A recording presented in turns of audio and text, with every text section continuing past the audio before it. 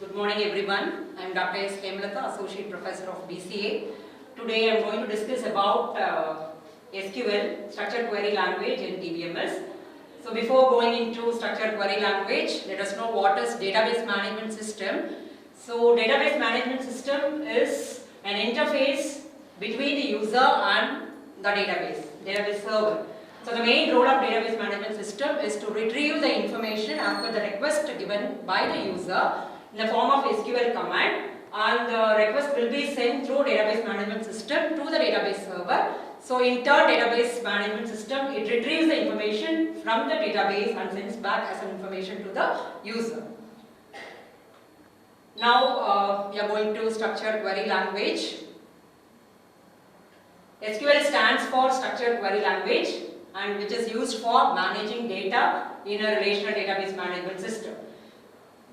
It is used for creating a database, deleting database, to fetch the rows and to modify rows in a table. In Structured Query Language, it has reduced the need for lengthy programming to access data. So in case of a programming language such as C and C++, we go for a lengthy programming in order to retrieve data from the database or to retrieve any information. But in case of SQL, we have just a single SQL command in order to retrieve the information. So SQL user, they do not need to know how the data is stored in a database. And SQL is a simpler in operation than the procedural languages like C and C++ for database management. And here DBMS like MySQL, Oracle, MS Access, Sybase, Informix and SQL Server, they use this SQL command as standard database language. And it's why SQL. So SQL is used for creating and dropping databases and tables, to update records in a database, and to delete records, to retrieve data from the database, to set permissions on tables, procedures and views, and to define data and manipulate the data, to access data in a relational database management system, and we can also create, view and store procedure using structured query language. And here I have given an example for retrieving the information, for selecting some of the rows of a specific column from the RDBMS server. So here the SQL statement which is used for retrieving the data is select region name from region. So here region name is a column name and regions is a table. So here it selects the records from the RDBMS server. So select region name from region. So it selects a particular column, region name, and there are 4 records in the table, region. So that is what the result is displayed with 4 rows. And benefits of SQL. So SQL is the universal language. It is an open source. It is high in demand. It is more secure. It is inexpensive, and it manages millions of rows in a database. Also, it is using SQL queries. The user can they can retrieve the data from a database more efficiently also. And no coding is needed here.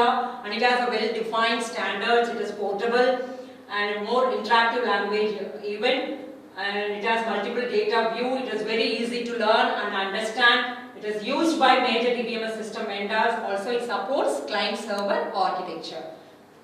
And here I have listed some of the data types in SQL. So numeric, date, time, character or string, Unicode character, binary and miscellaneous data types. So here miscellaneous I have listed CLOG, VLOG, XML and JavaScript object notation. So here CLOG and VLOG are character large objects and binary large objects. So numeric we have bit, tiny, int, small int, integer, numeric, float and real. So in date and time we have date, time, timestamp, year, etc. And character or string we have char and varchar. And in Unicode character we have nchar and varchar, n-varchar. And in binary we have binary, var binary, a variable binary with its image. And here I have listed some of the SQL commands, which is main categories of structured query language.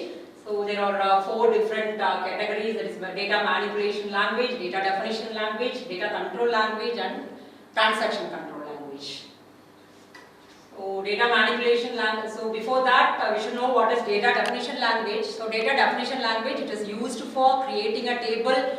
You can alter a table which have been created already. Also you can drop the table using the the commands of SQL. And to manipulate the table which have been created, so you can use select query, insert, update and delete. And for data control language, you have two different commands. One is grant and another one is revoke. So through grant, you can give permission for the other users to access your table or database which you have created already. And revoke, it is used for taking of the permission from the users to whom you have given it already. Next is transaction control language. Here we have two different important commands. One is commit and rollback. Commit, it is used for having a permanent change of your table which have been created, and rollback, it is used for retrieving the information back from the previous transactions. So this is what about SQL language typings. Thank you.